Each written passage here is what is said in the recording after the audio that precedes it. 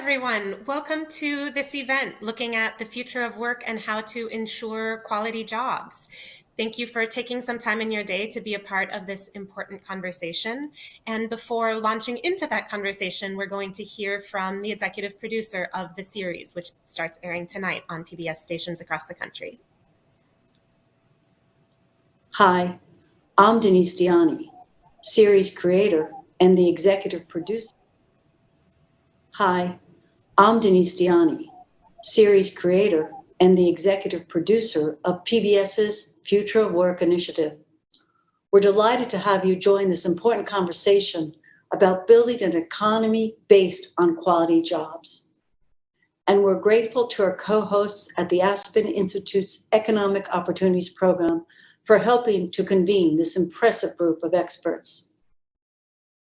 The future of work, in fact, is the future of all Americans. It's about their financial stability, their paths to opportunity, their drive to entrepreneurship, their well-being, and of course, the well-being of their families.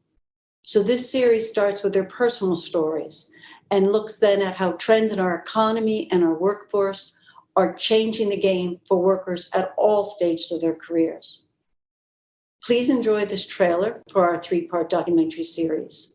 The first hour airs tonight on PBS, followed by hour 2 on September 8th and hour 3 on September 15th, all at 10 p.m. Eastern, and also streaming on pbs.org.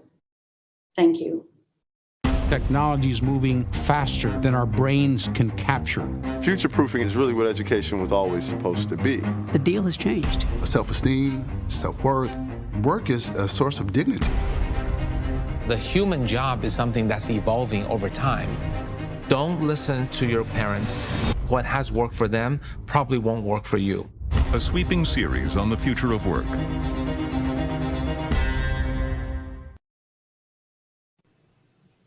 Although technology will play an increasingly important role in the future of work, workers, people, are still the heart of work and of jobs. And that's what we're here to talk about today, ensuring that the jobs of the future not only exist, but exist to provide decent working conditions for the millions of workers who hold them. So we'll launch into a conversation interspersed with some clips from the documentary series to spark a conversation about how to make sure that the jobs of the future are good jobs. And we are lucky to be joined by a panel of experts across sectors to speak to their views, experiences and perspectives on ensuring good jobs. So we are joined by Nafisah Ullah, Organizing Director for Jobs with Justice, Rachel Korberg, Executive Director and Co-founder of the Families and Workers Fund, Dr. Alex Camardelle, Director of Workforce Policy for the Joint Center for Political and Economic Studies, and Rick Plympton, the CEO of Optimax Systems.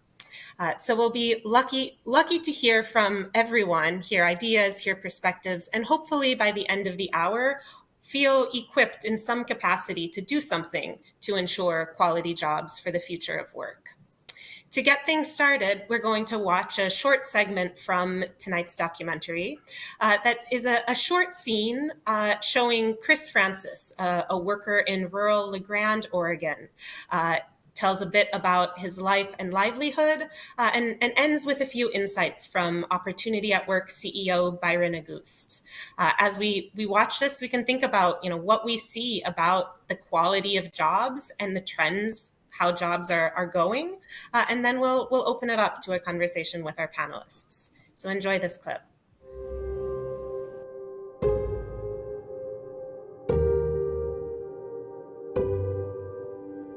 In 2018, Future of Work profiled an RVer when he worked his seasonal gig at an Amazon fulfillment center in Kentucky.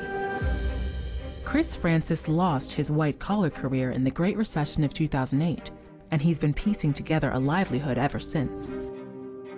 He's part of a growing movement of nomadic workers. They live in their RVs full-time and travel the country going from job to job. Today, Francis is in Oregon. Okay, so we got 2 nights with the discounted rate will be $94.50. And let me get my reader here.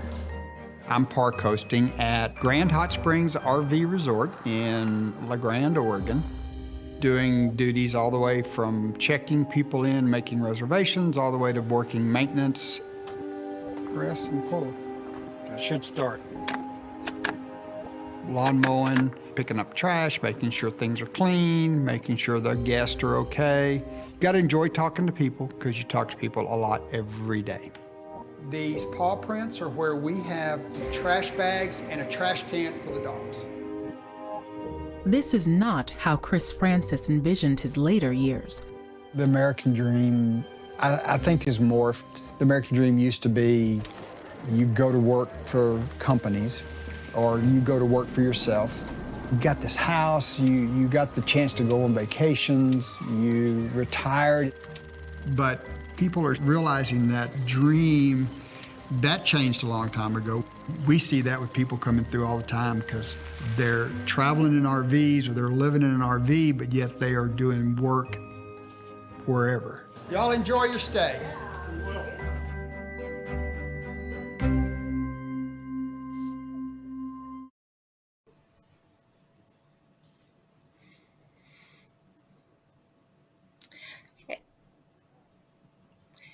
So there we saw a story of one person who's faced declining and deteriorating job conditions over their career.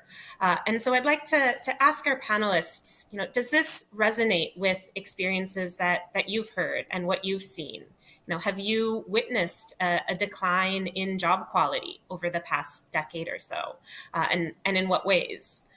So I would turn it over to Rachel to get us started. Thanks so much. So I'm Rachel Korberg, Executive Director of the Families and Workers Fund.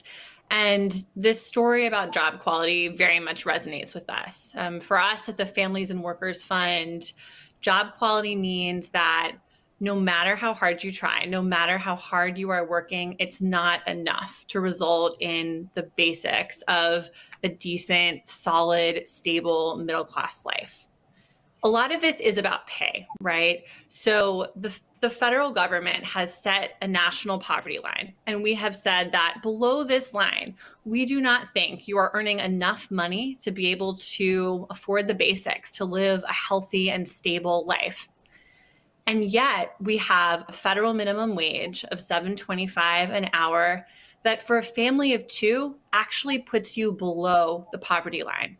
Right? That's madness. Like, why are we doing this to people? Why are we creating a policy situation where people are essentially forced into poverty, even though they're working full time? So we need to raise the minimum wage, number one. But it's not only about pay. That's not the only aspect of job quality. And I think we heard that in the clip you just played from the PBS documentary. It's also about benefits. It's also about health and safety. It's also about having voice and the ability to create a safe and successful working environment. And it's about equity. It's about dealing with these persistent racial and gender opportunity and pay gaps in the workplace. Thank you. And I'm hoping, Alex, that you could come in next and share some of your perspectives, especially from the economic research that you and others at the Joint Center have done. Sure. Sure. Thank you. And again, I'm Alex. I'm with the Joint Center for Political and Economic Studies.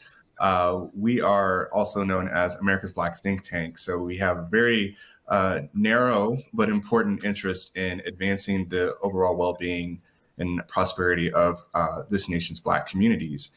And I think in recent years, we've shifted our understanding of the future of work to be pretty focused on the future of Black workers. And reason being that we will not have a very prosperous labor force and economy unless we have cared for and corrected a lot of the policies and laws and injustices that have been inflicted upon our Black communities since 1619. So that is where our focus has been and where it will continue to be. And we certainly agree that job quality has eroded over time. I think just in the last year, a study found that job quality had been deteriorating pretty quickly over the course of the pandemic for our workers.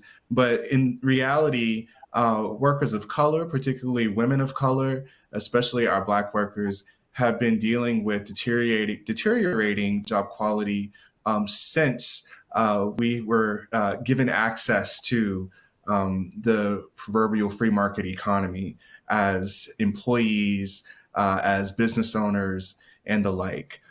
So I'm happy to share, my perspectives around, where we've been historically that have catapulted us into March 2020, a series of policy choices in employer practices have contributed to a job quality climate and environment that made the pandemic's effects quite grueling for Black workers, more so than others in select industries as well. So I'll leave it there, and just want to also say plus to the specific policy challenges that Rachel mentioned as well.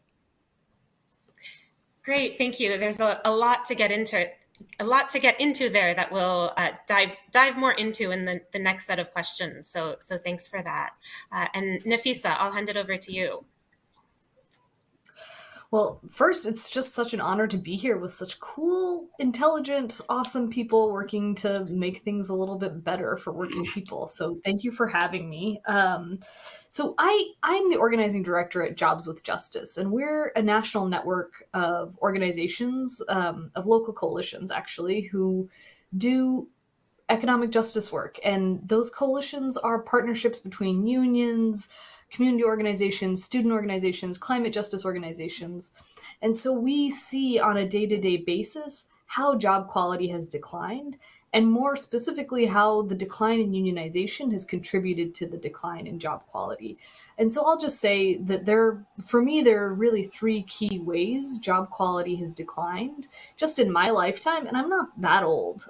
So just in my lifetime, I can see that job quality has declined because of the wage stagnation that Rachel mentioned, so I won't go into more detail about that. But at the same time as wage stagnation, productivity is climbing, wealth is increasing in the top 1%, et cetera, et cetera. So it's not that there isn't money to keep the wage stagnant, it's that the wages are suppressed and everything else is going up, including the cost of living. The other one is safety and health that really concerns me, especially in the pandemic. When I was growing up, and when I entered the labor movement, it was unusual if you got hurt at work. I'm not saying it didn't happen, but if it happened, people would take action. It would be really significant and unusual. And today, you can't really go a day without hearing about an agricultural worker losing consciousness harvesting the food that we eat, or an Amazon warehouse worker being injured, or a meat processing worker being hurt by the machinery on the line because of line speeds. This is a really significant decline in job quality and that we've seen just in the past 30, maybe 40 years. And then lastly, Shelly, you're an expert about this, is the gigification of the economy, which, we've heard this and you saw it in the video. There was a time when, my parents had one job for their whole career. Now, you can't only not have one job for your whole career. In any given moment, you may be working 3 or 4 jobs to piece together a living. From various gigs. So these are just some of the ways that we're seeing the decline in job quality across the country from Jobs with Justice's lens. Thank you for sharing those perspectives and ideas. And Rick, you'll be going last, and you come from a bit of a different perspective. The other panelists have shared some of the challenges that we face, what's going wrong. And you're in a position where you are leading a business who has tried to do some things right and tried to sort of buck this trend of declining job quality. So I'm hoping that you can speak a bit by means of intro about some of those strategies, but also speak to some of the pressures that businesses have faced over the last couple of decades. Yeah, thank you. So Optimax is a manufacturer of precision optics for research and industry. And just to give you an idea, we're a key supplier to NASA. So we have optics on each of the Mars rovers that have gone up there and are exploring the planet's surface. When I think about the last 3 decades. Optimax just turned 30 years old. Technology has shifted how business is done. And there's 3 primary ways that some companies are adapting and doing well at creating value and sharing that value with their workforce. And I'll just give you a quick rundown of those. First of all, 3 years ago or 30 years ago, most businesses did only worked with organizations in their region. But in the 90s, when the internet came online, it became possible to produce goods and services and supply them at a global level, all across the nation or around the world. And so that fundamentally changed who we're competing with. Another way that business has changed is many things used to be done manually, and through technology advances, now there's a lot of automation, both in the office and out on the production floor. And so this fundamentally changes how work is done. And then the third, and probably one of the most important ways, is information used to be rolled up to management. Throughout the organization, data was collected and put into reports and rolled up to management. Management would make decisions, and then those decisions would get worked down through the organization in terms of how work got done. Today, with technology, we can have real-time updating and roll out information to the workforce in a way that it empowers the workforce to show up and do whatever they know needs to get done to create value for their customers. And this is something that we've been doing at Optimax, trying to leverage technology to empower our workers, and that it also creates an opportunity to flatten our organizational structure so that we can have more organic leadership as opposed to top-down leadership. And at Optimax, our mission statement is very simply enabling customer success and employee prosperity. So we have a fundamental belief: if we can help our customers be successful, they'll pay us fairly for the work that we do, and we share that wealth with our employees. In fact, each month we close the books, figure out if we made profit, and we take 25% of that profit and share it with our workforce. So, and there's a lot of details in that, but I think that one of the way we're sharing the wealth with our workforce is an evolution of capitalism, where the wealth created by an organization should be shared with the workers that are there. And it's a way that we can lift up the middle class and really eventually everyone in society, and strengthen communities all across the nation. Thanks. Thank you. What I appreciate about that framing, Rick, is that you lay out some of these challenges, these pressures that business and business leaders face, and then you highlight that what to do about them is a choice. And there's choices that lead to good jobs with pathways to opportunity. And there's choices that lead, on the other hand, to some real challenges and some real declines in job quality that some of the other panelists spoke to. So I'd like to think just a little bit as sort of an open question: what are some of the forces that have brought us here? Why did we end up in a place where there aren't enough good jobs, where too many people are working in minimum wage or sub-minimum wage jobs, or piecing together different sorts of low-wage gig work? How did we get here? It's an easy question if anybody wants to jump in.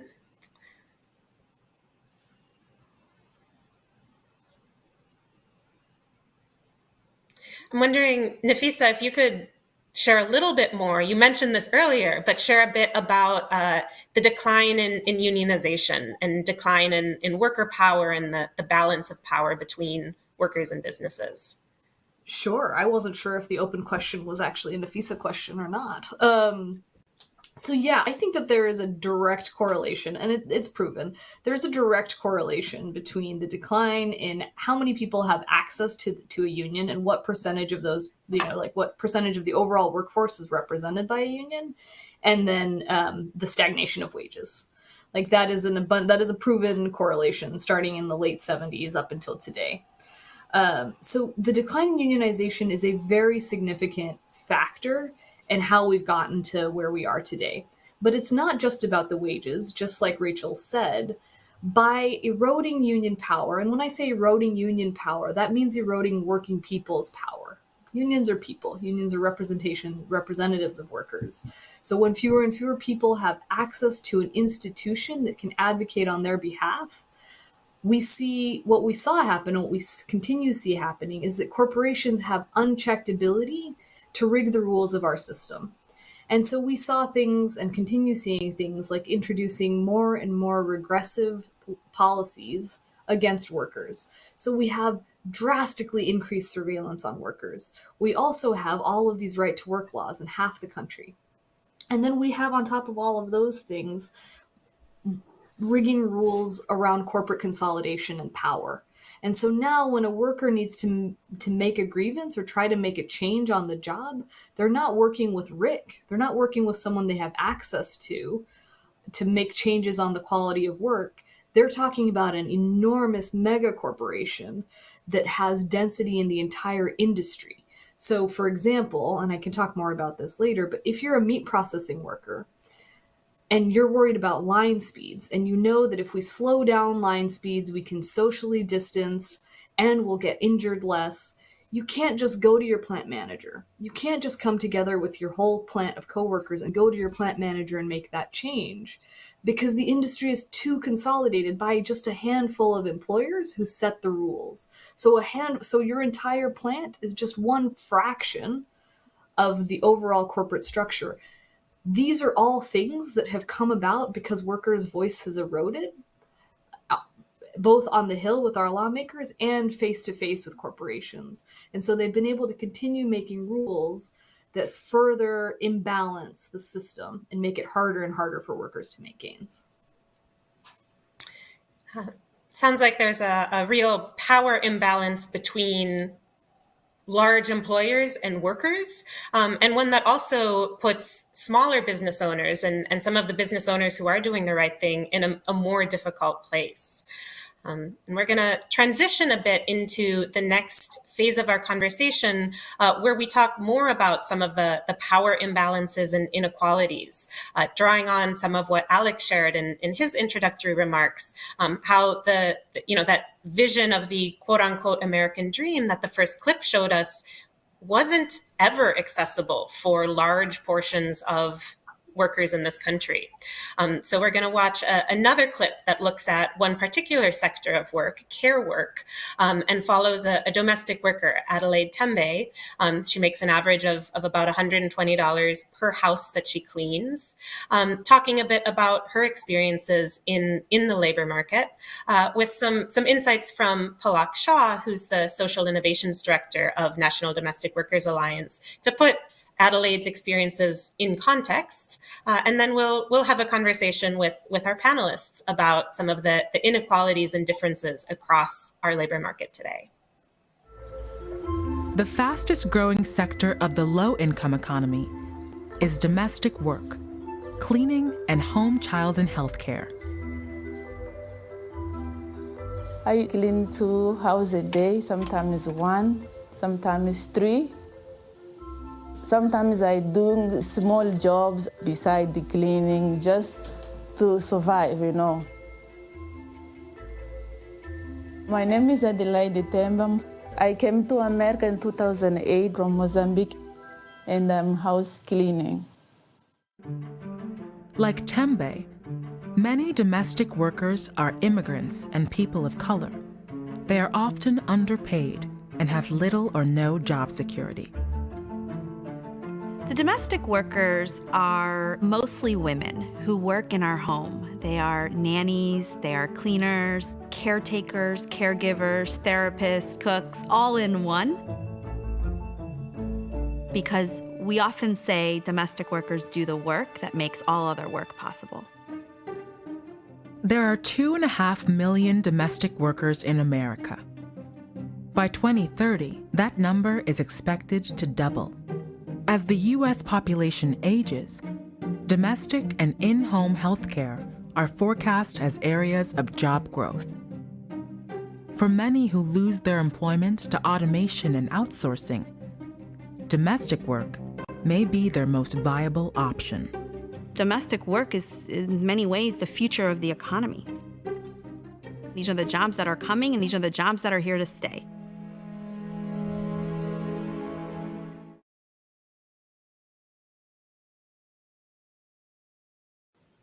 So as Palak said, the future of work in many ways is care work and domestic work. These are jobs that have incredibly fast growth rates. Home health aides are predicted to be the largest occupation within 10 years. Half of the fastest growing jobs are in the care sector and tend to be low paid and held disproportionately by women, and especially women of color. So this next phase of the conversation is going to look at some of the inequalities that have long characterized our labor market, and without intervention are poised to continue to really shape who has access to what types of jobs. So by means of an opening question here, I'd like to think about what impact has the pandemic had on job quality? And I'll again turn to Rachel first here. And if you could share a bit about how this focus on essential work that we keep hearing about in a lot of media coverage, in headlines and conversation, what did the pandemic expose about how society values different types of work?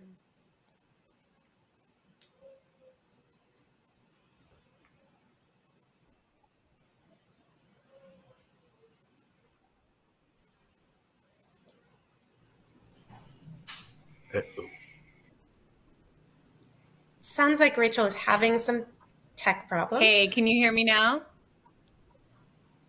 Yes. Sorry about that. Someone had to mute. It wouldn't be a virtual conversation without that.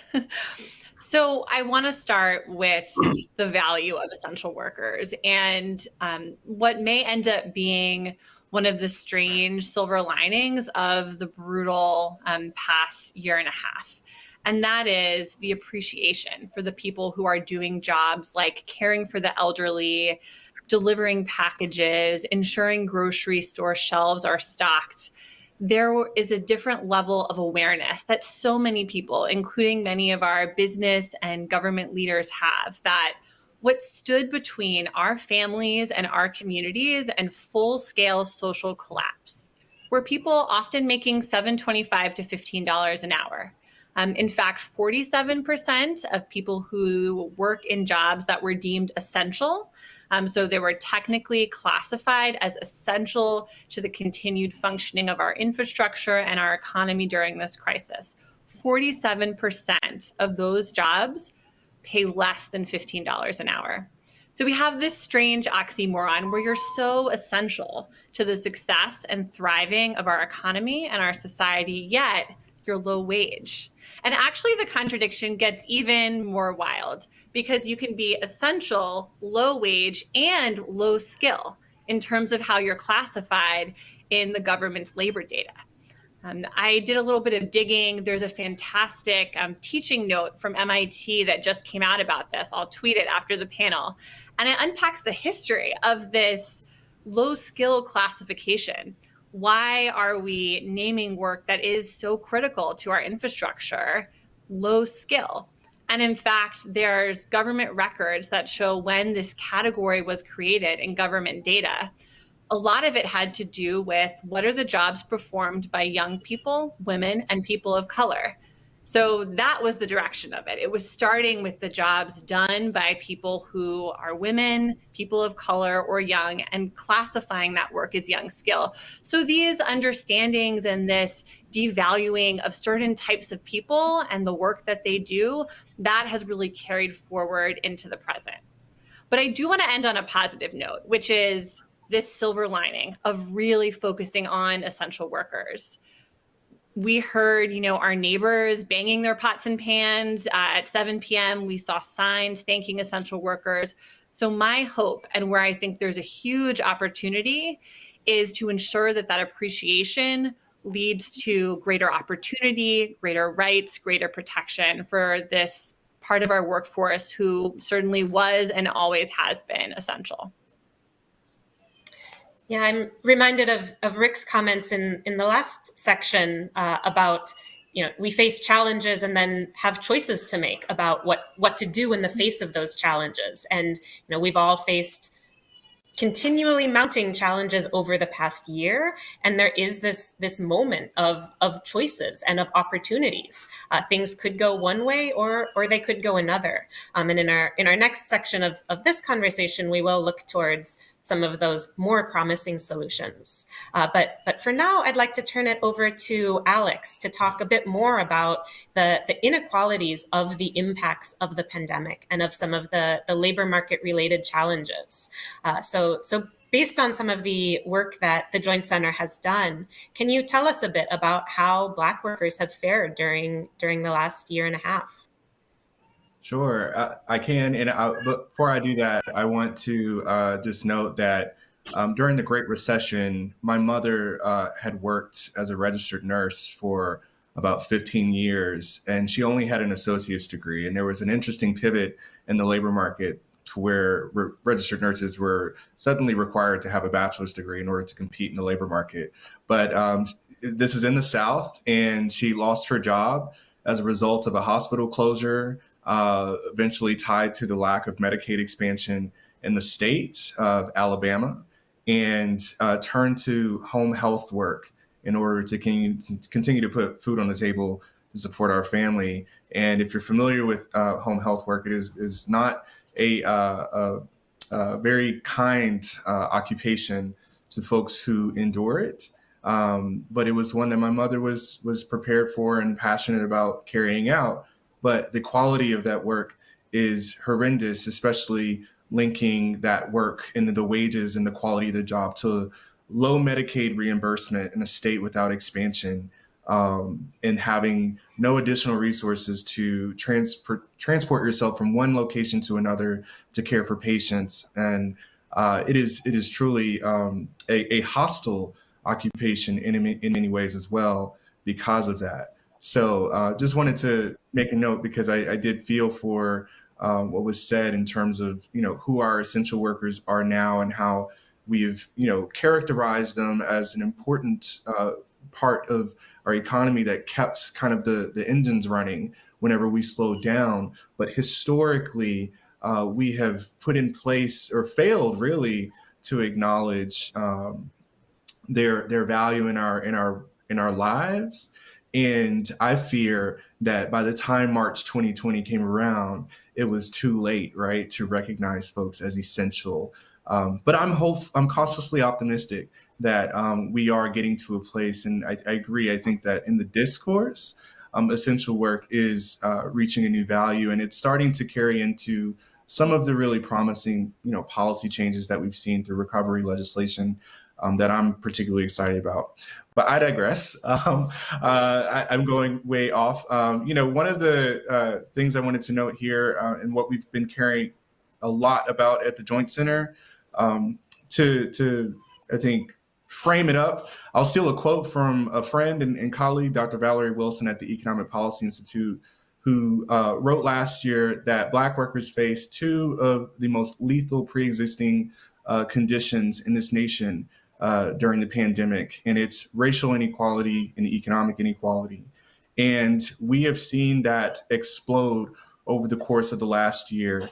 We know that whenever the pandemic hit, because of the overrepresentation of Black workers in frontline industries in essential work, there was a disproportionate disproportionate amount of folks of color, particularly Black folks and women, were represented in our unemployment figures. And that has remained the case up until now. But even with that recognition, what we've got to also recognize is leading up to the pandemic, there were disproportionate shares of Black workers in unemployment numbers that were not addressed. We were facing or experiencing the greatest economic expansion in the recent history of our nation up until March 2020, with low unemployment rates and some modest income and earnings increases, depending on where you lived in this nation and what industries you worked in. But unemployment and labor force detachment for Black workers was always 2 to 3 times higher than it is for white workers. And now that we are facing a recovery, which is hard to grapple with given the increase in cases and new variants and all of these other things. We're seeing a return to the pre-pandemic labor market figures, which for at an aggregate level, without disaggregating the data by race, seems encouraging. But when you do, you realize, okay, we're back to March 2020, where Black folks are 2 times or 3 times more likely to be unemployed than white workers in the economy. So I think that is something that is certainly keeping me up at night, and is justification for continuing to support recovery or relief for these workers. But, to put it in the context of job quality, whenever I live in Georgia, the Joint Center is based in DC, I live in Georgia. I mentioned that Black workers were overrepresented in the essential workforce. Georgia reopened, went back to business as usual 1 month after the shutdown. We became one of the first states to reopen. And in that reopening, Black workers in droves had to return back into jobs that were high risk for exposure to the virus, that were not subject to restrictions and protections offered through OSHA, through occupational safety rules and regs, and have labored in those jobs as long as they could throughout the course of this pandemic and are continuing to do so. So I just wanted to speak to that policy choice that was made and how it has really contributed to the worsening of the job quality for those workers over the course of the pandemic. And when it comes to the question of why are people, not returning to work or not wanting to transition off of unemployment insurance, I think, we've got to focus on the fact that we forced folks back into a harmful environment that has unfortunately been costly, but also deadly disproportionately for Black workers. So the link between job quality and just quality of life and health is particularly pervasive for Black workers. And that is something that we're continuing to keep an eye on, and is troubling as we force our way back to normal. Thank you. Thank you for those insights and the ways that occupational segregation really defines our labor market, and the ways in which certain workers are concentrated in more dangerous jobs, in low-wage jobs, in jobs which are called low skill sometimes, despite the huge amount of skill and ability that those jobs take. All of those things reflect how questions of improving job quality are questions of racial justice. As we work towards racial justice in this country, we need to address the job quality and occupational segregation questions head on. And as a next step in doing that in this conversation, building off of what Rachel pointed to in terms of, having a moment of potential change, growing recognition of some of the needs and challenges and hypocrisies that we have today, how to build on that, how to move forward. That's where we're headed in this last section of our conversation today. And so I'd like to start with Rick. You outlined some of the practices that you've adopted in your business at Optimax to try to provide quality jobs and jobs with paths to opportunity in your community. But if you could tell us just a little bit more about, what are some of the practices you've adopted and how do you see those playing out? So at Optimax, and I think this is true whatever industry you're in, workforce development can be an issue in the community. So we realize that we need to talk to children and get them excited about learning, get them excited about math and science, because that's our industry. That's the basis of our knowledge base. And so we do a lot with creating summer programs, summer camps for kids, offering tours in local factories. And then as they get into their teen years, offering internships at the factories where they can do job shadowing or a paid internship to see if they like the type of work that we do. And for some people, they love it and they get hooked on it. Other people find another path, and that's just fine. But I think one of the things that's really important is that we create stackable credentials so that as people are going through life, as it was said earlier, they're probably going to be changing jobs several times, but with stackable credentials, they can move through life and have the ability to pivot to other roles. I like to think of our employees or our team members as members of a sports team where every year they should be learning more about their role, how to do it better than they did the year before, or cross-training to learn about roles that are similar but different than the one that they're playing. And so lifelong learning is a key way that we strengthen our team at Optimax. Everyone has a learning plan each year. And for that, we make sure that we're sharing the wealth with our employees.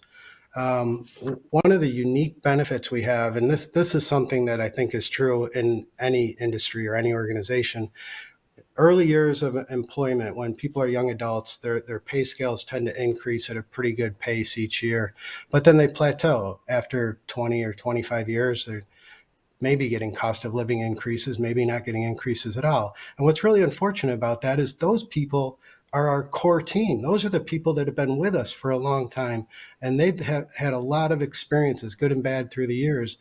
And so at Optimax, we created a 25th anniversary gift where we give an individual a block of phantom stock options. And it's an internal calculation on the value. But the point is they get a block of phantom stock options that will fully vest over 5 years. So it's a way to put a little giddy up in their step and encourage them to leverage their know-how and their experience to teach the younger people in the organization and help grow the industry, grow the business, and serve our customers better. There's just a couple examples. Yeah, there are examples of different ways that employers can invest in their workers and in so doing provide quality jobs, whether that's investment in terms of training and training pathways, and investment in wages, in equity, in other ways of compensating workers. So thanks for sharing some of your practices. I'd like to ask Alex if he could speak a bit about some of the policy approaches that hold promise. What can our policymakers do, whether at the local, state, or federal level, to address the job quality challenges? Thanks for that question. So we are dealing in matters of addressing racial equity, right? And racial justice is, central to our focus and work at the Joint Center.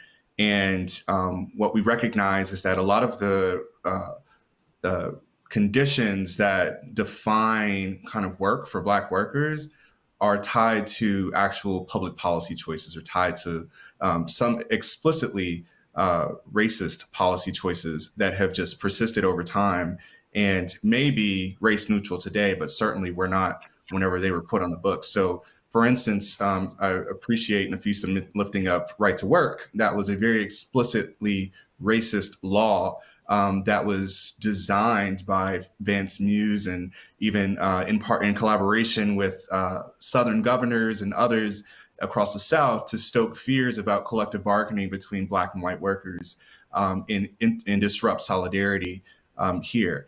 And since then, right to work has been linked directly to eroding bargaining power across the workforce, across the country, and has impeded progress in terms of wage growth, in terms of access to health care, paid leave, and other matters, similar benefits. When we know that collective bargaining, like was mentioned already before, does lead to boosts in those particular areas. So that's one that I think, and I know there is a federal bill that is addressing or seeks to address that. Another is, for me, as a former state level advocate, the matter of preemption is one of the most egregious forms of job quality, anti-job quality laws that exist. For those who are unfamiliar with preemption, it is essentially the state telling local governments that they cannot mandate paid leave laws, they can't mandate minimum wage laws, they can't establish flexible scheduling or predictive scheduling laws within their jurisdictions, which is a assault on predominantly urban and Black communities. In fact, it was a direct response to the growth of urban areas across the South, preemption. So Georgia, where I live, is home to all of those forms of preemption, and we're not the only state dealing with it. A lot of states still preempt a lot of these provisions for workers. And I just think that we need to join campaigns like JWJ and others to help get those things repealed. And then the last one I want to mention is the role of economic development and job quality. So, since the mid 20th century, globalization and like economic growth imperatives have driven so much of our output work here in the productivity that Nafisah mentioned earlier, and has also eroded job quality because we have not held employers and corporations who receive taxpayer incentives to actually establish and expand their businesses in our communities, in our neighborhoods. Those rarely, if ever, go evaluated and reviewed or tied to accountability metrics. So it's beyond time to hold folks accountable for creating jobs in our communities that are not good jobs. I have a long list of things, but I will just leave it at those three for now. Great, thank you so much. And now I'm going to ask Nafisah and Rachel to each speak briefly to the same question, which is to share with us some of the ways that workers are organizing for change and leading the movement towards improved jobs. So Nafisah, I'll start with you. Great. I'm so excited to go after Alex. He hit so many points for me. Thank you. You're awesome. We should be friends. Workers are in motion all the time. So I just want to be clear that workers are demanding the right stuff all the time from the right people. And the difference, like Rachel mentioned, the difference of the moment now is that people are paying attention. But workers are also seeing, at the exact same time as they're getting a lot of attention, a lot of applause, those things aren't translating directly to actual gains, protection, safety, and actually just general respect on the job. And that's actually emboldened workers further to see, okay, no one's going to do it for us. It's not just going to happen from visibility. We need to take action. And it's been amazing the types of things workers have fought and won. But I'll just say almost anything that you can win legislatively, you can also demand of your employer. So one of the things I'll name, because I think it's just such an urgent thing in this moment, is paid sick time. So, I don't know about all of you in the audience or on the panel, but I took 2 days off when I got vaccinated. I was paid for those 2 days. I took the time in case I had a reaction and didn't feel great. So how is a meat processing worker who, if you take 1 day off of work, it's not paid, first of all, so you already forego a paycheck, but then you also get fired if you miss 2 days. Like you lose your job.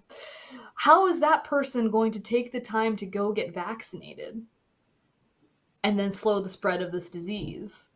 And, like I already said, it's very difficult to win these things from the corporations because you have a plant manager and then that plant manager has a regional manager and a regional manager has, the system is so consolidated and so big that we need this is why the policy and the corporate demands work hand in hand. We need things to legislate sick leave.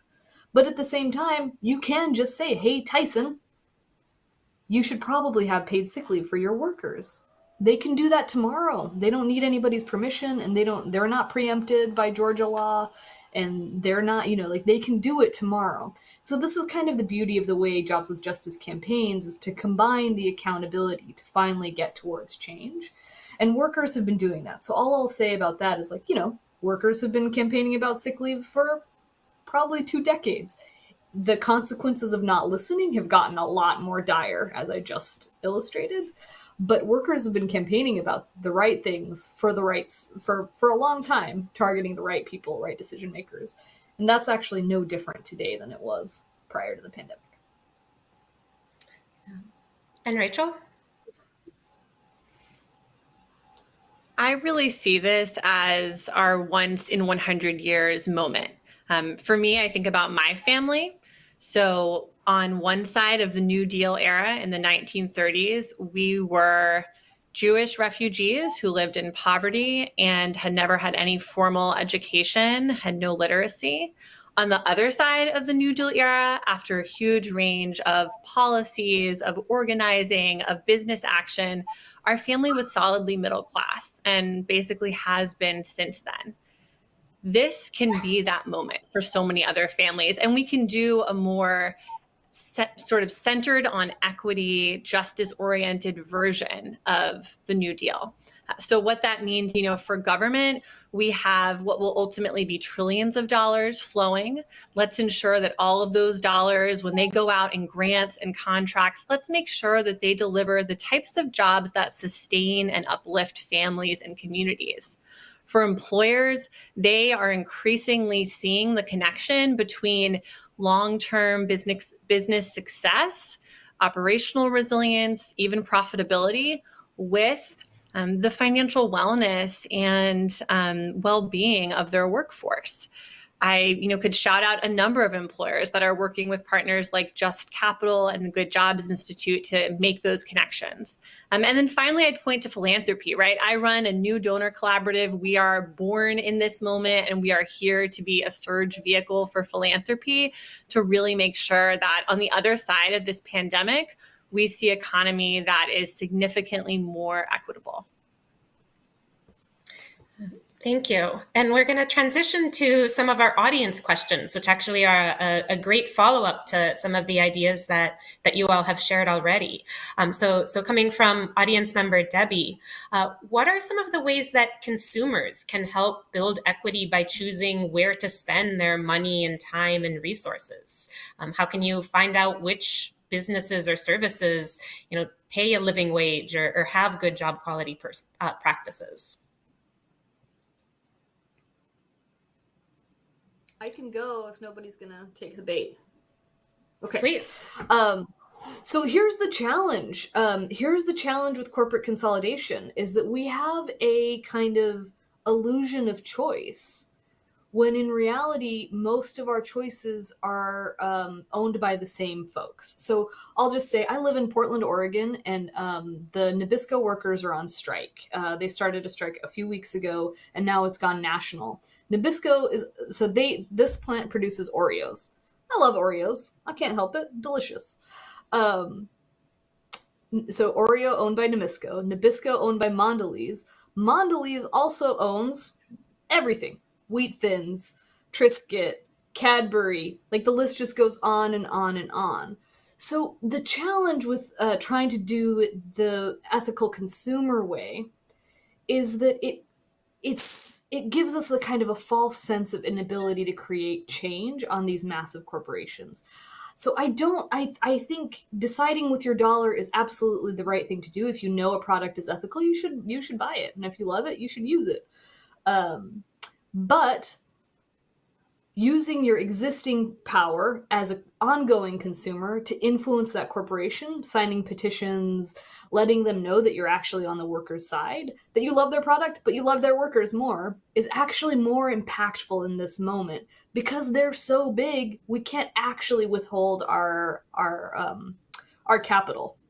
So, and then with meat processing, it's the same, right? Like Tyson's customers are school districts and the federal government and blah, blah, blah. So me not buying fish sticks is really not going to be terribly impactful on their bottom line. I might feel a smidge better, but it won't actually drive the change.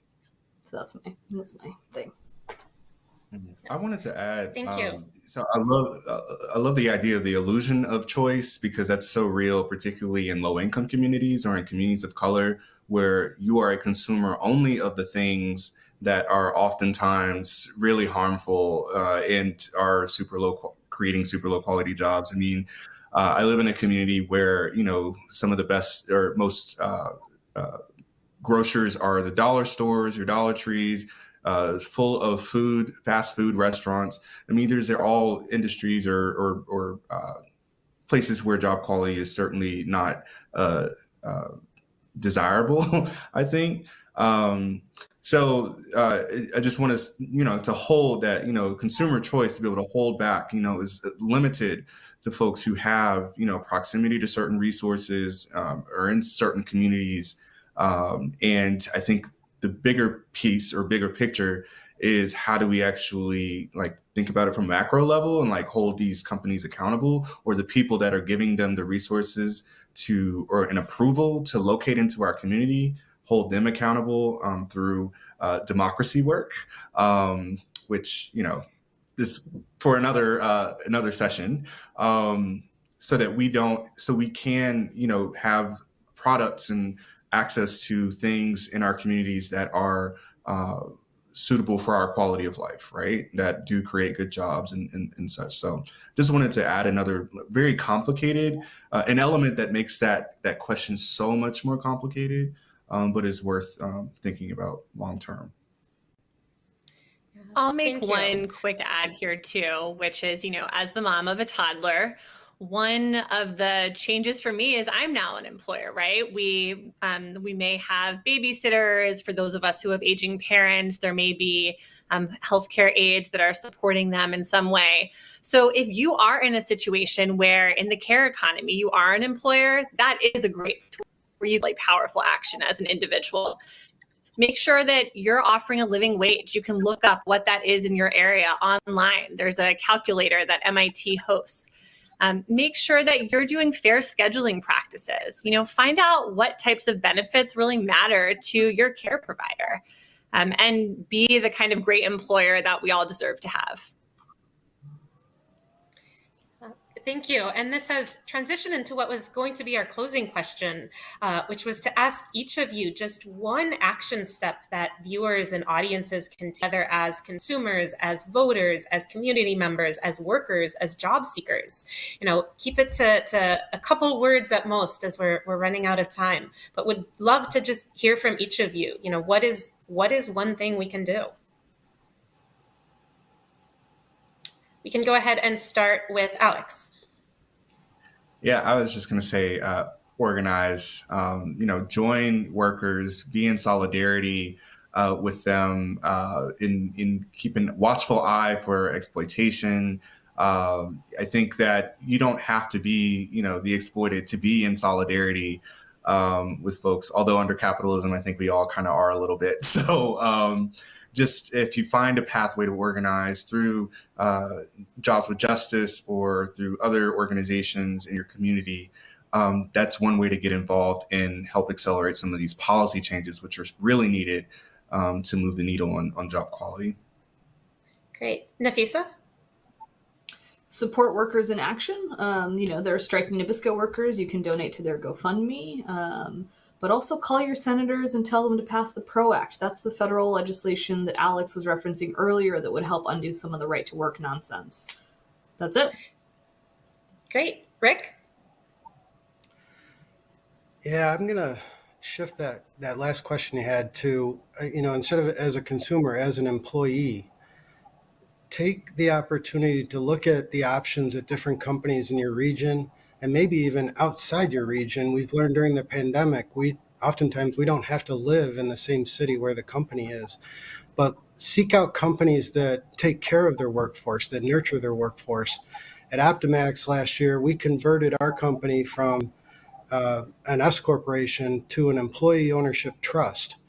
And it's a way that in the future, all profits generated by the corporation are shared with the employees, and there's no longer investors or shareholders that take money out of the corporation. Great. Thank you all so much. We are at time, so I'd like to remind everyone that the Future of Work documentary premieres tonight on PBS at 10 p.m. Eastern Time, and will also be streaming on pbs.org. I also encourage you all to check out the websites of the respective organizations of our panelists for more information about the ideas and perspectives that they've shared today. Thank you all again for joining us, and enjoy the documentary.